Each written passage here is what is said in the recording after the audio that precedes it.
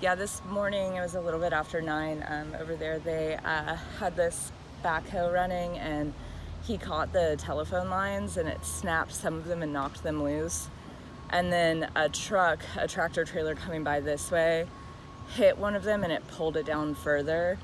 And then on this side, the accident started happening as trucks stopped. Those two white trucks stopped to avoid hitting them. And then these cars that are down here, that truck and that other black SUV, wrecked trying to avoid hitting the trucks and the other power lines.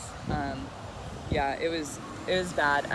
And I saw the guy who was operating the machinery, and they weren't doing anything crazy, he wasn't operating it too fast. I think it was just, a weird accident. And since they've leveled this out, it's really high compared to what it was like yesterday even. As they've been filling it, and the piece of machinery was probably just a little bit too tall to be going up underneath that.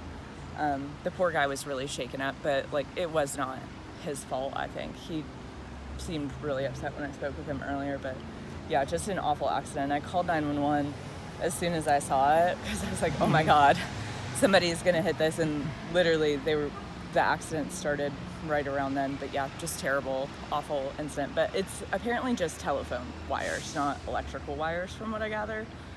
But it was so loud, I thought it sounded like a tree had fallen. And these telephone poles and mine that are going in front of my bedroom window were all shaking. It was just really wild. So just a weird freak accident, Yeah. So were you, where were you were you in your room or outside? I was in my bedroom. My bedroom window looks over this, so I had weirdly the perfect view for seeing such an awful thing happen this morning.